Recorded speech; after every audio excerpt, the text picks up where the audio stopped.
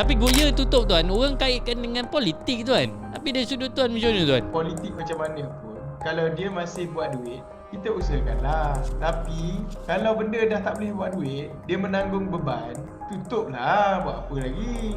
Saya nak bagi peringatan kepada peniaga bazar. Dah kenapa karipap isi dia patutnya kentang jadi isi oksigen. So kalau lah nak berniaga di bazar, belajar masak dengan sedap dulu. Daripada kita ambil stand marah, baik kita ambil stand mengajar. Tapi kalau dia memang ilmu berniaga pun tak nak, ilmu memasak pun tak nak, saya bagi 2B kepada dia. Yang pertama, berubah, belajar. Yang kedua, tak ada ni gurau. Nurtizen punya ayat tuan Buat mati tak buat mati, jadi baik buat daripada rugi. InsyaAllah ada rezeki, moga dikabulkan hajat di hati. Berakit-rakit ke hulu, berenang-renang ke tepian, bersakit-sakit dahulu, bersenang-senang kemudian. Final Evo, Evo, Final Evo, Evo, Final Evo, Evo. Ini peluang untuk ubah hidup. Bismillahirrahmanirrahim. Assalamualaikum warahmatullahi wabarakatuh. Selamat datang ke Funnel Evo Podcast episod 50. Saya Syarifuddin Saidan. Saya Fatih Ghazali. 50 Ya, dah dan- namanya. Dah 50. Wow, Alhamdulillah. Tapi saya baru muncul dalam 3 episod, 4 episod tuan. Nampak sangat saya diketepikan sebelum ni.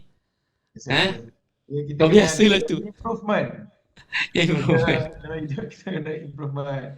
Kita cubalah mana dah tahu watak Tuan Pudin tu akan membawa Funny Podcast pergi lebih tinggi, kita tak tahu. Ya, insyaAllah. Biasa tu tuan. Biasanya orang tengok saya, sekali tengok dia macam garang je. Tapi bila dah 2 kali tengok, memang dia orang jatuh cinta dengan saya tuan. Bila lah Tuan ambil lah semua cinta-cinta tu. Okey, baik. Okay, apa kita bincang ini Tuan? Okay, apa cerita ini tuan baru-baru ni macam kita cerita pasal ekonomi sikit lah tuan What's going on Malaysia? Ada beberapa syarikat yang kita nak sentuh ni. Yang pertama, Goodyear tutup. Yang keduanya, kita nak cerita pasal Starbucks. That is interesting. Dan case study business, kita nak cerita pasal business catering, di mana bisnes beliau ni naik berkali ganda dalam masa 2-3 bulan ni. Alhamdulillah. Dan last kali segmen santai, macam biasa, kalau nak tahu soalan santai yang melihat sisi Tuan Fahdi dengan cara yang lebih santai, tunggu sehingga ke akhir siaran. Okay, Tuan Fahdi, itu cerita untuk hari ni lah. So, now, what's going on? Anyway, saya rasa bila kita start podcast 50 dah ni, kita dah boleh ambil sponsor ni. Ya, betul. Bagi anda yang berminat untuk sponsor tu, tahu sekarang ni sponsor kita ni lah. Ya, saya tahu bulan puasa, tapi insyaAllah benda dalam ni kosong, jangan risau. Tapi dengan product placement yang betul akan memastikan pemasaran anda berjaya dan melonjakkan jualan anda berkali ganda. Oh, okey macam tu iklan tu tadi. Okey, tak apa, kita open lah siapa-siapa yang nak sponsor kan. Ya, betul. Siapa yang nak tu rasa nak letak kat sini, nak bagi kami test, buat review dan sebagainya, boleh, insyaAllah boleh contact kepada tim lah. Itu sampingan. Tapi kisahnya kita ciptakan podcast Funnel Evo ni adalah untuk menjadi Funnel Evo pula, untuk jadi podcast keusahawanan nombor 1 dalam Malaysia. Betul tak Fadi? Yes, podcast keusahawanan nombor 1 di Malaysia dalam bahasa Melayu. Yes. Dia tak boleh yes. Okay, so kita pergi ke segmen nombor 1, What's Going On. What's going on? Ada 2 company yang kita tengok ni. Yang pertama kita nak bincang pasal Goodyear tutup. Goodyear ni memang sangat dekat di hati saya tuan. Dekat apa? Goodyear ni sangat dekat di hati saya. Kenapa? Bukan sebab saya pakai tayar Goodyear, tak. Tapi sebenarnya ayah saya ni berhijrah daripada Setiawan Perak, daripada orang Perak tuan, pindah ke Selangor sebab untuk bekerja di Goodyear. Ayah saya berada di kilang yang ditutup tu. Oh, itu kisahnya. Ya, ayah saya membesarkan 6 beradik, saya dan 6 orang adik-beradik dengan kerja di Goodyear. So bila Goodyear ni tutup tuan, dia memang mengimbau macam alamak, itulah tempat dulu ada family day. Itulah tempat yang macam Kita sikit Goodyear dulu macam mana? Goodyear dulu sebenarnya dia lebih besar daripada kilang Shah Alam sekarang tau. Dulu dia memang dekat belakang kilang Goodyear, dekat section berapa tu, dia memang sampai ke belakang ada padang, dan padang tu adalah tempat memang untuk kami buat family day. Lepas tu saya tengok dia dah mula shrink, dia dah jual belakang tu, dah jadi perindustrian lain juga. And now sekarang sampai tahap tutup tuan. Itulah. Tapi dulu bila saya masih terkenal lagi, bila ayah saya balik, dan memang bila kita, bila ayah balik, anak-anak kan, dia akan bermesra dengan ayah. Memang bau getah tuan, saya tak nafikan lah. Tapi alhamdulillah dengan keberkatan, dengan hanya ayah saya yang bekerja, ibu saya suri rumah, tapi dengan sebab Goodyear ni boleh alhamdulillah membesarkan kami 6 adik sampai semuanya berkesempatan untuk pergi ke tempat pembelajaran yang lebih baik lah. College, universiti, politeknik dan sebagainya tu. Itulah ceritanya sedikit sebanyak pasal Goodyear ni. Tapi Goodyear tutup tuan, orang kaitkan dengan politik tuan. Tapi dari sudut tuan macam mana tuan? Adakah dia sebenarnya politik? Kalau sudut saya lah, dia macam ni. Kalau politik macam mana pun, kalau dia masih buat duit, kita usahakanlah. Betul tak? Tapi kalau benda dah tak boleh buat duit, dia menanggung beban, tutuplah, buat apa lagi. Dan business Goodyear Goodyear itself bukan tutup pun. Dia tutup di Malaysia. Betul. Untuk menyelamatkan, kalau ikut apa yang saya baca ni, dia nak the goal has a goal of saving $1 billion by 2025. Jadi dia boleh save $1 billion. Banyak tu. 1 Banyak. billion. Kan? Jadi yang saya baca pembacaan saya, dia berniaga, tapi raw material tak dapat juga daripada luar negara. Jadi sama, so kos kat sana, kos kat sini, last kali baiklah tutup kat sini, most probably operate dekat tempat lain. Jadi saya lebih tengok bahagian bisnes. Bisnes ni, kita akan kekal jika kita make profit. Kalau Betul, kita tak make profit, buat apa pening kepala? Dan kalau tengok dekat dia punya saham tuan, saya tengah tengok saham ni, market summary untuk Goodyear ni, dia boleh tertinggi, dia boleh cecah sehingga kata saya tengok kat sini lebih kurang dalam $60, 69, $70 lah paling tinggi lebih kurang. Sekarang ni itu lebih kurang dalam 18 tahun lepas, 1998. 16 tahun lepas. Sekarang ni dia punya saham hanya sekitar $12. So memang jatuh teruk lah. Dan kalau kita dapat tengok, kemerosotan nilai saham ni mencecah lebih daripada 90% sejak 5 tahun lepas dan 143% sejak 10 tahun lepas. So saham jatuh. Bila saham jatuh, nilai dia jatuh, saya tak langsung memang ada masalah kat dalam tu lah. Dan untuk pengetahuan anda, Malaysia bukan negara pertama yang tutup dia punya operasi. Goodyear sebenarnya, untuk pengetahuan Tuan Fadi dan juga yang menonton, September 2023. Goodyear memang dah jadi bad year dah sebenarnya. September 2023 menutup kilang di Eropah, Timur Tengah dan Afrika. 1,200 pekerjaan ditamatkan. Itu September 2023. Pada masa yang sama, September 2023 juga, beberapa kilang di Asia Pasifik tutup juga. 700 pekerja ditamatkan. November 2023, kilang dekat Jerman pula yang ditutup. 1,750 pekerjaan ditamatkan. Dan sekarang ini adalah tempat yang keempat, di mana Mac 2024 dia akan menutup kilang di Malaysia. Lebih kurang 500 lebih pekerjaan ditamatkan. So memang macam Tuan Fadi kata tadi, dia adalah satu daripada inisiatif yang dibuat oleh Goodyear untuk memastikan Goodyear boleh buat duit. So mungkin sekarang ni strategi ni dia berubah. Instead of ada banyak negara yang dia buat, mungkin dekat hanya negara yang dia boleh dapat bahan mentah, mungkin boleh dapat orang kata tenaga kerja yang lebih murah, mungkin kat situ. So kita jangan tengok hanya dari sudut politik, kita tengok dari sudut keseluruhannya sahaja. Dan again, saya terutamanya tidak menyokong mana-mana parti politik dalam kisah podcast ni, tapi untuk kita sama-sama belajar. Dari sudut keusahawanan, business is all about making money. Kalau losses, memang emotional tu tak boleh attach. Sentimental value memang tak ada. Takkanlah diorang tak sedih. Lebih daripada 5 dekad kalau tak silap saya, memang ada kat Malaysia ni dia tutup, takkan dia tak sedih. Itu tak tahu Fadi. Betul. Itu cerita pasal Goodyear lah. Dan yang kedua tuan adalah berkenaan dengan Starbucks. Dan saya tahu tuan memang peminat kopi. Saya bukan minat kopi tuan. So Saya Starbucks ni pagi dia ni tuan, saya ha. pagi tadi sampai level saya commit lah tak minum kopi waktu sahur.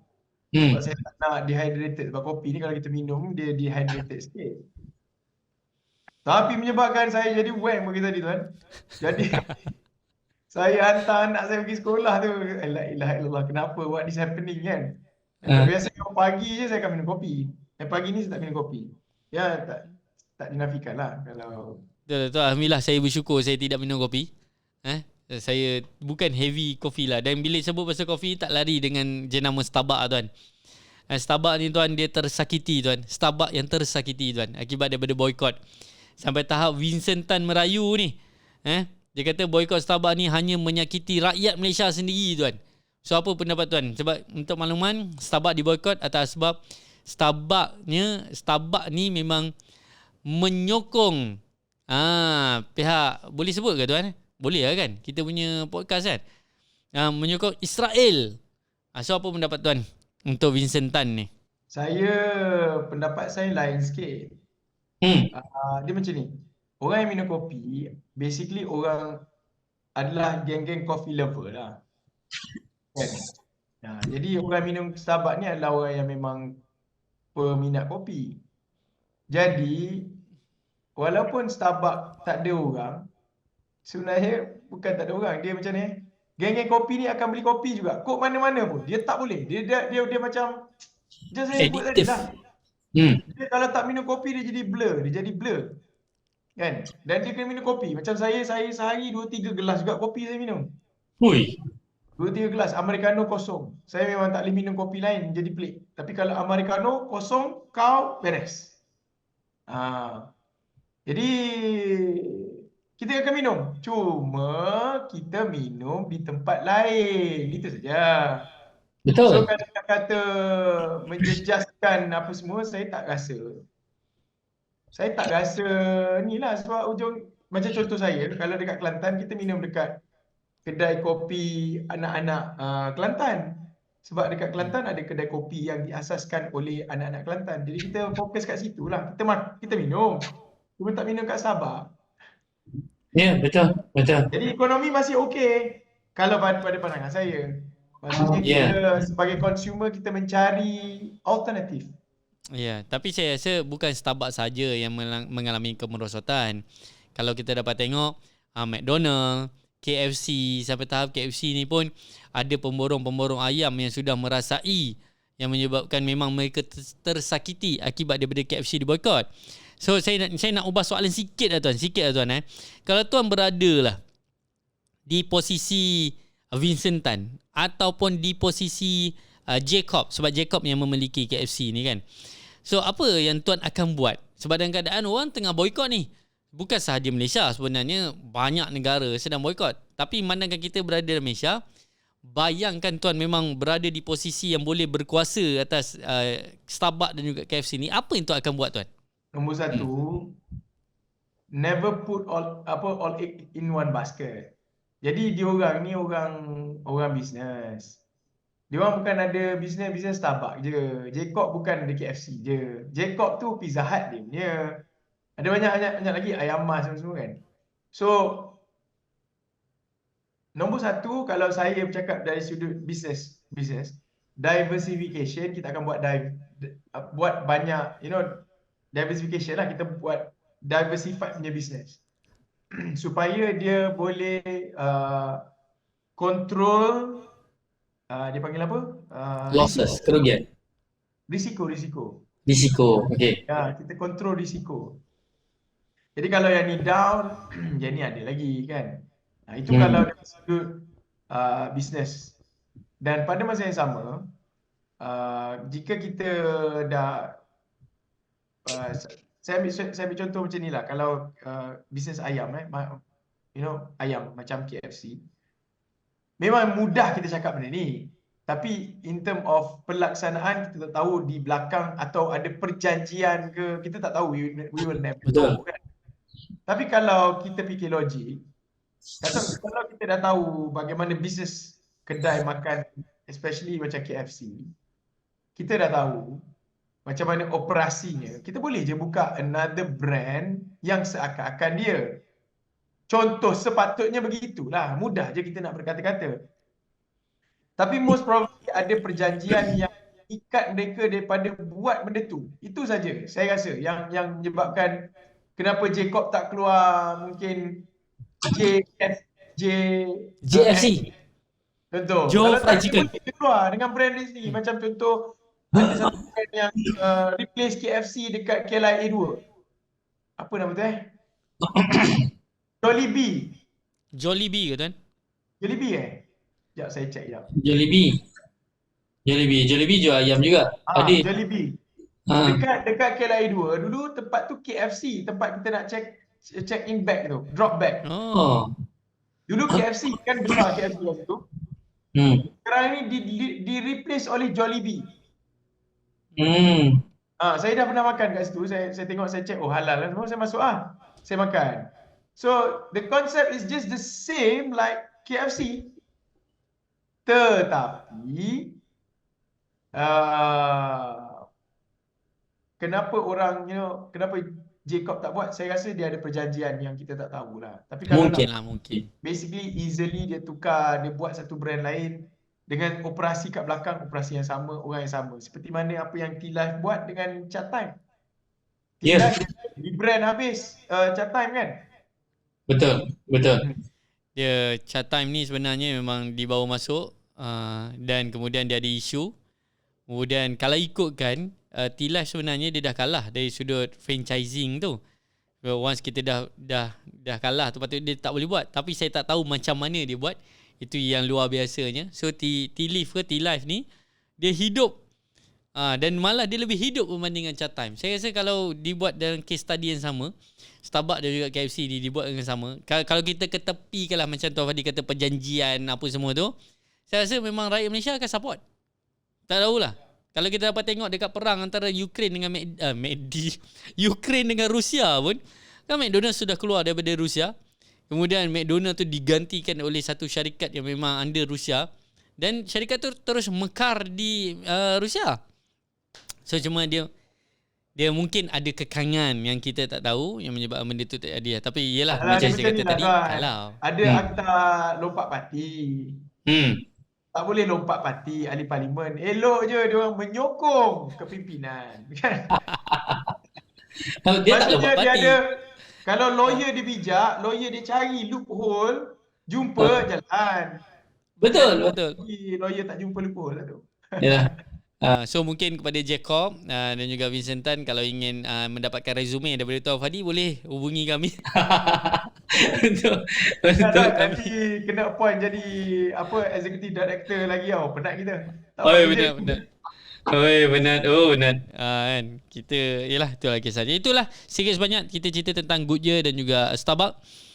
InsyaAllah. So sebelum kita pergi ke case study business, di mana bagaimana seorang wanita ini boleh sampai tahap memiliki wisma sendiri, kita akan nantikan selepas ini. Kita break terlebih dahulu. InsyaAllah terjumpa selepas ini. Assalamualaikum. Saya ucapkan selamat datang ke Fani Evo College kepada anda semua. Dalam video ini, saya akan bawa anda menerokai Funnel Evo College. Jom saya bawa anda kemudahan yang Funnel Evo College sediakan untuk kegunaan pelajar. Ini adalah bilik kuliah. Ini adalah ruang utama kegunaan Funnel Evo College untuk sesi pembelajaran secara offline selama 15 bulan. Seterusnya, kita bergerak ke pusat sumber. Funnel Evo College dilengkapi dengan kemudahan mini pusat sumber untuk memudahkan. Pusat sumber ada di bahagian belakang sana. Suasana santai dan tidak padat untuk anda menjalankan aktiviti perbincangan dan luangkan masa menyiapkan tugasan anda. Fani Evo College juga menyediakan surau untuk kemudahan pelajar Muslim. Jom kita naik ke tingkat 3. Di sini adalah ruangan bilik mesyuarat. Bilik ini digunakan untuk pesyarah berjumpa dengan anda untuk perbincangan khas. Ruangan ini juga boleh digunakan untuk tujuan sesi study group bersama rakan-rakan. Akhir sekali, kita bergerak ke tingkat terakhir iaitu tingkat M. Di sini ada 3 bahagian. Bahagian pertama, bilik pensyarah. Jadi, anda boleh datang ke sini untuk bertemu dengan pensyarah. Bahagian kedua adalah studio untuk anda buat live, kelas online serta aktiviti yang tidak mahu gangguan dari segi bunyi. Di sini, pihak pengurusan telah sediakan meja, kerusi, lampu, green screen dan sebagainya untuk kegunaan anda. Yang terakhir adalah ruangan menunggu. Ruangan ini digunakan sebagai ruangan untuk perbincangan atau perjumpaan kecil bersama pensyarah. Selamat datang ke Funnel Evo College dan selamat belajar.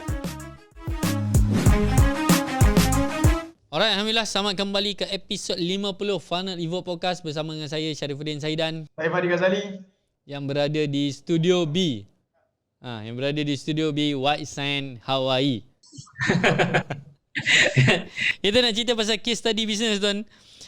Cerita tentang seorang wanita. Macam Tuan Fadi pernah beritahu, wanita ni sebenarnya dia boleh je untuk buat business, kan? Cuma dia berlawan dengan emosi. Dan sama juga dengan seorang ni, tuan-puan. Namanya Puan Sayang. Namanya memang betul Puan Sayang. Bukan sengaja saya nak panggil Sayang ya. Antum maklum risau tuan. Risau. Yang tengok ni mungkin kita tak tahu siapa kan. Tiba apa hal panggil Sayang. Tak. Memang nama dia Puan Sayang. Malah dia mewujudkan satu namanya Sayang Express Catering. Lain macam. Dan beliau ni untuk pengetahuan memang dah selesa sangat dengan bisnes. Sampai tahap kena push dengan investor, barulah dia bangkit balik. Okey Tuan Fadi. Siapa dia ni dan apa yang jadi dengan bisnes dia, Tuan Fadi? Saya dapat maklumat masa kita ada buat satu training dekat Cyberjaya masa tu. Dan saya pun terkejut juga, nama apa kan saya tanya, nama Sayang. Saya jadi macam nak panggil apa, takkan panggil Sayang. Tapi alhamdulillah saya diberitahu beliau ni start daripada tepi rumah je berniaga. Berniaga tepi rumah dan alhamdulillah sekarang ni beliau dah buka satu wisma di Sepang dan revenue dia lebih dalam dia punya target, if I'm not mistaken, this year tahun 2024 targetnya untuk dapat 4 juta. Wow, daripada catering ya. Ya, dan saya juga dimaklumkan dengan bisnes catering dia je. InsyaAllah dia akan dimaklumkan latest mendapat tawaran untuk bawa bisnes ni sampai ke luar negara. Nak bawa pergi ke Tanah Haram, insyaAllah. Jadi dengan tabung haji, dengan travel dekat sana. So ya, tahniah kepada Puan Sayang sebab dah membawa bisnes ke satu tahap yang insya-Allah boleh dibanggakan dan saya doakan bisnes berkembang lebih maju. InsyaAllah. Ya, alhamdulillah. So soalan Tuan Fadi, kebanyakan daripada usahawan ni dia cepat selesa. Dah dapat tu okey lah, dah boleh beli Mustang, Lamborghini, Alphard, Vellfire, Mercedes kan. Diorang dah selesa. Tapi soalan ni kadang-kadang diorang ni bukannya apa, diorang tak tahu bila nak grow ataupun ke mana diorang nak grow. So sebenarnya soalan ni Tuan Fadi untuk mereka-mereka ni kan, bila masa yang sepatutnya mereka kena fikir untuk grow bisnes ke tahap yang lebih tinggi? Okey, bismillahirrahmanirrahim. Grow business ni dia tidak adalah satu spesifik time frame bagi saya. Pada pandangan peribadi saya, dia tidak ada satu spesifik time frame. Okey, kita kena buat satu planning untuk bisnes kita, tetapi based on satu buku yang saya baca, dia panggil buku tu sekejap saya cari buku tu. Nama apa spesifik buku tu? Takut tersilap buku, nanti ada orang nak cari kan. Cari nak baca juga. Sekejap. Buku tu adalah tak ingat saya buku tu. Kat mana dah? Sekejap saya cari sekejap. Buku tu adalah okay, anyways, sementara saya cari buku tu. Buku ni adalah berkait dengan satu point, iaitu The Lean Startup. Buku tu The Lean Startup by Eric Rice nama dia. So buku tu The Lean Startup ni bagi tahu, mengisahkan tentang satu bisnes startup, dia tak boleh terlalu merancang. Dia terlalu merancang, dia tak boleh terlalu rigid. Dia perlu merancang. Maksudnya 10 tahun perancangan. Perlu ada tak? Ada. Okey, ada. Lepas tu setahun punya perancangan ada tak? Ada. Tetapi dia tidak boleh terlalu rigid dengan satu-satu perancangan sehingga kan dia rasa macam dia ni satu entiti corporate.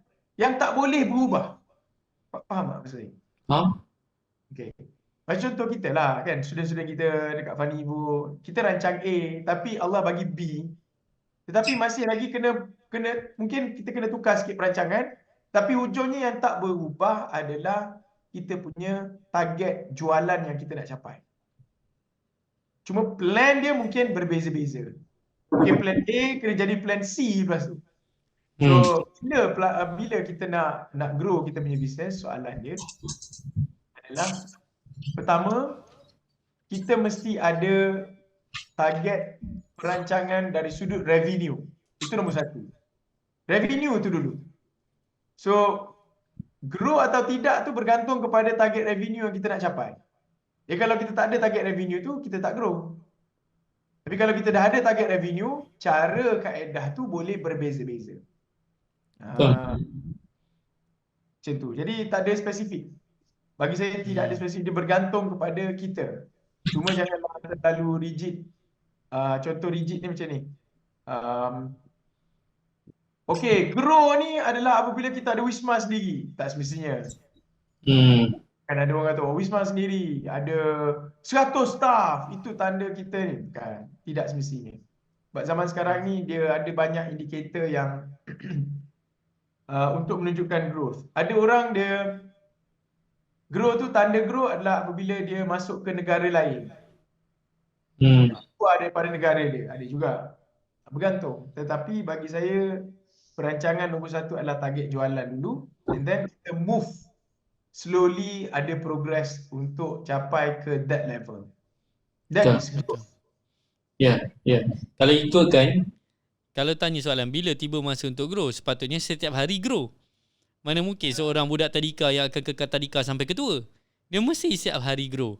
Cuma kebanyakan ada segelintir usahawan yang saya jumpa ni, dia bukan isunya bila nak grow. Isu adalah dia tiada mindset untuk grow. Dan dia hanya ada mindset untuk cepat selesa dengan apa yang dia dapat. Malah kalau kita ingat balik Taufik Hadi, yang saya Taufik Hadi pernah berjumpa dengan Tun Mahathir Mohamad. Saya rasa tahun berapa Taufik Hadi? 2021. Waktu PKP juga tak silap. Kan? Tapi lama dah bertahun dah. Saya ingat lagi Taufik Hadi ada bertanya tentang Korea dan juga kita. Saya rasa antara Kia dan juga Proton kalau tak silap. Kan? Kenapa Kia boleh pergi lebih laju berbanding dengan Proton pada ketika itu ya. Dan Tun menjawab simple. It is not about teknologi ke apa. Tak, it's all about mindset. Orang-orang kita ni dia suka dengan cukup lah. Okey lah. Macam ni okey lah. Dah tak payah dah nak pergi susah-susah. Itu yang menyebabkan mindset itu yang menyebabkan bisnes tu akan stuck, stagnant, kekal, tak grow mana-mana sebab mindsetnya selesa dengan apa yang ada. Macam tu lah Taufik Hadi. Ya, betul. Mindset. It's all about mindset. Kalau nak grow, mindset. Mindset kena grow. Bila kita dah ada growth mindset ni, saya setuju dengan Tuan Budin. Bila kita ada growth mindset ni, kita akan ubah dari sudut circle kita dengan siapa kita. Bukan tinggal kawan, tapi tambah circle yang baru. Kan? Kita akan baca bacaan yang menyebabkan kita grow. Kita akan bertindak lebih based on data berbanding emosi sebab kita nak grow. Kan? Macam-macam. So, keinginan kita tu akan menentukan siapa kita nak jadi. Mindset kita. Kalau saya ingat lagi Tun Mahathir beritahu dalam interview tu, orang kita berniaga goreng pisang misalnya. Goreng pisang, cukuplah dah boleh buat makan hari-hari, untung boleh sara anak bini, cukuplah tu. Kenapa nak besar? Itu yang menyebabkan kita tak grow. Nak berniaga, nak kerja seorang-seorang. Tak nak lah ambil pekerja, nanti susah. Dia bukan isu susah ambil pekerja. Isu adalah kita tak ada ilmu untuk cari pekerja. Tak ada ilmu nak dapatkan pekerja yang bagus. Itu je masalahnya. So kalau belajar benda tu akan jadi mudah. InsyaAllah. Itu sedikit sebanyak tentang bila kita cerita pasal bisnes. Again, tahniah saya ucapkan kepada Sayang. Silap Puan Sayang. Semoga bisnes beliau akan lebih berkembang selepas ini. So untuk segmen soalan santai kita akan pergi, tapi kita break terlebih dahulu. Apa itu kuasa? Dengan kuasa, anda dan tim anda hidup pun jualan boleh masuk dan berjalan 24 jam 7 hari seminggu. Menguruskan dan menjaga maklumat pelanggan anda, jualan anda, marketing anda. Yang paling penting, dapat menghantar ribuan mesej untuk follow up pelanggan anda secara automatik sahaja. Dengan kuasa, anda tak perlu membayar 6 sistem untuk melakukannya dan anda tak perlu membuang masa untuk mencari maklumat pelanggan anda dengan begitu lama. Sebaliknya, anda boleh mencari maklumat pelanggan anda dengan beberapa saat sahaja. Semuanya dalam satu login dan satu sistem sahaja. Kuasakan bisnes anda sekarang. Klik link di bawah ini. Alright, kita masuk ke segmen soalan santai. Segmen yang terakhir untuk melihat sisi santai Tuan Fadi. So dan saya. Baik, kita tanya dulu lah Tuan. Saya tanya dulu ke Tuan nak tanya dulu? Boleh. Tuan nak tanya dulu. Saya tanya dulu lah. Okay. Silakan Tuan. Okay. Tuan suka tim bola mana Tuan? Dan kenapa? Arsenal Tuan. Arsenal. Kenapa Tuan? Sebab satu sekarang ni Arsenal tengah top. Sekarang. Tapi sebenarnya saya suka Arsenal bukan daripada sekarang. Daripada teori Henry. Waktu tu fasa kegemilangan Arsenal di mana dia straight menang, dia buat rekod siap, tak pernah kalah langsung dalam beberapa puluh perlawanan. Waktu tu saya memang minat lah. Dia orang punya permainan memang super laju pada ketika itu. Lepas tu dia macam tu lah Arsenal. Itulah saya minat Arsenal. Tuan pula macam mana? Minat mana Tuan? Saya Red Warrior Tuan. Asyik baik tak sebut Manchester United Red juga tadi tu. Kan. Masalah dia sekarang dia tinggal red je Tuan. Warriornya tak ada dah. Tuan jaga-jaga Tuan. Nanti orang Kelantan tak bagi Tuan balik Kelantan nanti. Dok, masalahnya Kelantan bersetuju dengan saya Tuan.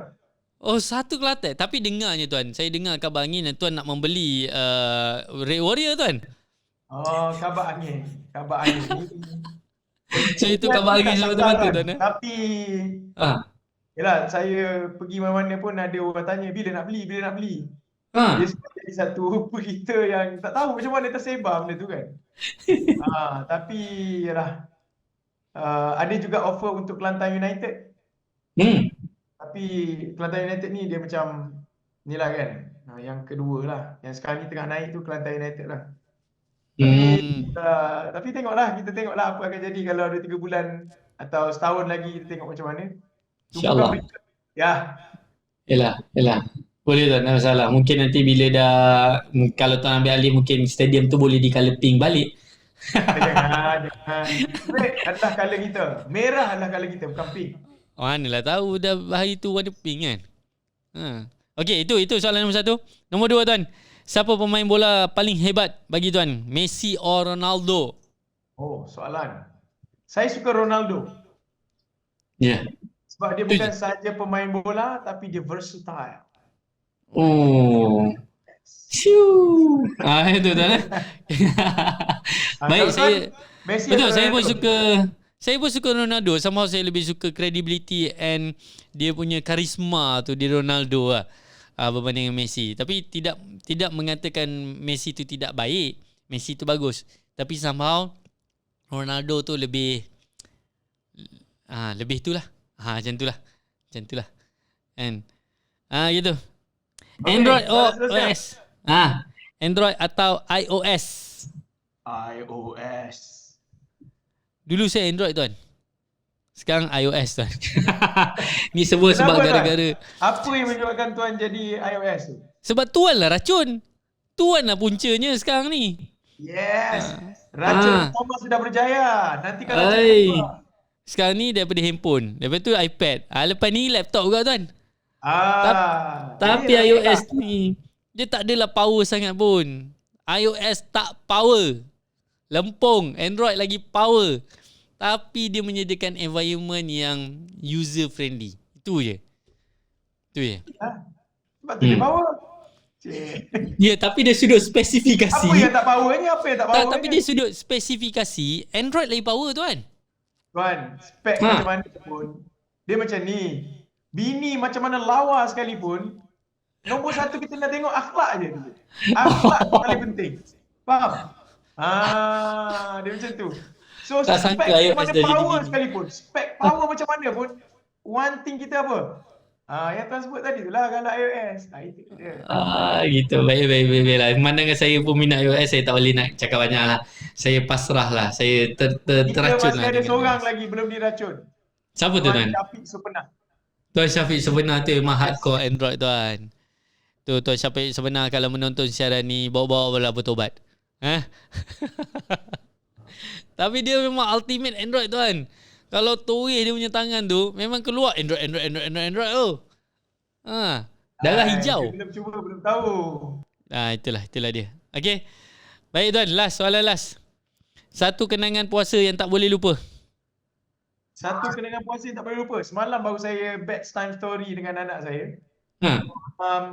Saya tak ingat masa tu saya darjah 2 atau darjah 3.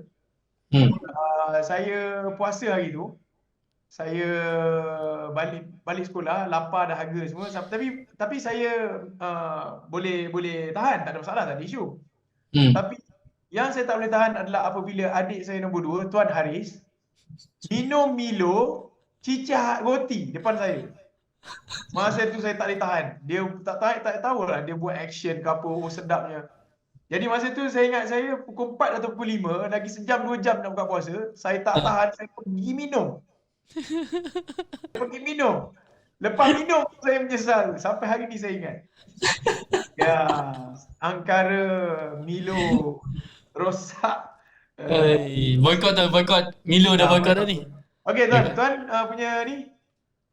Saya pun hampir lebih kurang. Tapi saya tak tahulah mak saya tahu ke tidak. Di mana dia memang bila petang-petang kan, mak kita mula masak. So mak letak bawah tudung saji. Mak pergi dapur. Kita pun cubit rasa. Saya tak makan, saya rasa. Kan, lepas tu sambung puasa. As if macam sedang berpuasa. Tapi dah rasa. Mak, jangan marah mak. Kalau mak tengok. Tu waktu darjah berapa saya dah tak ingat lah. Tapi memori cubit dan makan tu saya rasa ada dah memori saya tu. Tak tahu kenapa tak boleh lupa tu. Itulah. Okay, insyaAllah itu tentang episod Fani Evo Podcast episod 50. Any last word tuan, especially bagi yang memang sedang berpuasa kan, ada apa-apa ataupun mungkin ada apa-apa pesanan ke tuan nak sampaikan? So untuk businessman, businesswoman, kita kena ingat bulan puasa ni adalah satu masa untuk kita ibadah, tapi pada masa sama kita juga nak berniaga. So kalau kita berniaga hanya untuk mencari duit, kita hanya dapat duit. Tapi kalau kita berniaga untuk cari redha Allah, kita dapat satu duit, nombor 2 pahala ibadah. So hanya beza dia apa? Beza dia niat sahaja. So betulkan niat insya-Allah. InsyaAllah. Okay, alright. Okay, saya nak bagi peringatan kepada peniaga bazar. Kalau kau tak reti nak masak yang sedap, kau jangan meniaga bazar. Dah kenapa kari pap isi dia patutnya kentang jadi isi oksigen? Dah kenapa patutnya kebab, patutnya daging yang banyak tapi timun yang banyak? Benda-benda macam ni basic berniaga. So kalau lah nak berniaga di bazar, belajar masak dengan sedap dulu. Dan biasanya dalam seminggu pertama, semua kedai nampak penuh. Tapi lepas seminggu, kedai yang tak ramai orang, kita dah tahu dah dia mungkin kedai bermasalah. So kalau ni tips kalau pergi bazar, satu, bawa duit yang ngam-ngam sahaja. Kan, kawal daripada guna QR tu, bawa duit yang ngam-ngam. Yang kedua, cari kedai yang memang kita nampak dia sedap. Yang mana yang macam acah-acah berniaga tu, kita boykot dia juga. Wah, hajar berniaga di pasar malam, di bazar, menipu orang, menjual benda yang tak sedap. Kesian kami yang beli ni. Marah tuan. Tapi ini saya cakap bagi pihak orang yang pergi bazar. As of now, saya masih lagi berpuasa daripada pergi bazar lah. Bagi saya, daripada kita ambil stand marah, baik kita ambil stand mengajar. Baik. Itu baik, silakan tuan. Mungkin dia tak tahu dari sudut mungkinlah dia kata okey untuk dapat untung banyak, jadi saya kena kurangkanlah kos. Sebab tu dia dah bagi inti, tapi inti dia sikit. Dan dia akan cakap, kalau saya bagi inti banyak, nanti kos saya tinggi, harga jadi tinggi, orang tak nak beli. Jadi kalau kita ambil stand marah, sampai bila-bila kes ni tak habis. Jadi bagi saya, ambil stand sebagai guru. Jumpa bagi tahu kepada, kalau kita kata daripada kita condemn dia, baik kita buat satu konten bagaimana untuk peniaga-peniaga yang jual karipap untuk jualan anda banyak. Ha. Banyaknya. Okay, kita cerita macam mana costing, macam mana upsell, buat package, jangan jual satu karipap, jual 5 terus dengan harga sekian-sekian. Macam tu. Baik. Ya. Saya Kita sebut marah-marah obat tak sekejap selesai. tuan. Tak selesai. Ya, ya. Jadi kesimpulannya, kalau nak berniaga, bukan saja ilmu masak tu penting. Ilmu berniaga tu pun penting juga. Betul tuan? Ya, betul. Ya. Tapi kalau dia memang ilmu berniaga pun tak nak, ilmu memasak pun tak nak, saya bagi 2B kepada dia. Yang pertama, berubah. Belajar. Yang kedua, tak ada ni gurau. Nurtizen punya ayat tuan Tapi tolonglah belajar dua ilmu ni insya-Allah. Semoga kita dapat berkat bukan saja dari sudut perniagaan tapi dari sudut keberkatan orang yang berbelanja kepada kita juga insya-Allah. Okey tu je tuan. Jaga kata-kata Tom Din. Jaga kata-kata. Kita tak tahu siapa kita memang nak netizen cakap sesuatu pada kita, tapi setiap apa yang kita cakap ni akan dipertanggungjawabkan. Baik, saya minta maaf. Itu bahagian tadi tu kita beep kan tau. Beep kan tau. Belakang kita akan beep kan supaya semua orang belajar kan. Sebab kadang ada orang dia cara lembut tak jadi. Tapi betul, ada orang dia kena guru macam Tuan Hadi lembut. Ada orang dia memang kena. Yalah, tapi saya faham, saya belajar juga daripada Tuan Hadi. Orang yang tenang akan sentiasa menang. Saya bercakap tadi hanya semata-mata untuk melepaskan. Tapi bukan kalau tak buat jangan terasa lah. Okey, itu sahaja untuk episod 50 kita. Tuan Hadi, insya-Allah kita jumpa di episod yang seterusnya. Sekian wabillahi taufik. Hidayah. Assalamualaikum warahmatullahi wabarakatuh. Pagi. Buat mati tak buat mati, jadi baik buat daripada rugi. InsyaAllah ada rezeki, moga dikabulkan hajat di hati. Berakit-rakit ke hulu, berenang-renang ke tepian, bersakit-sakit dahulu, bersenang-senang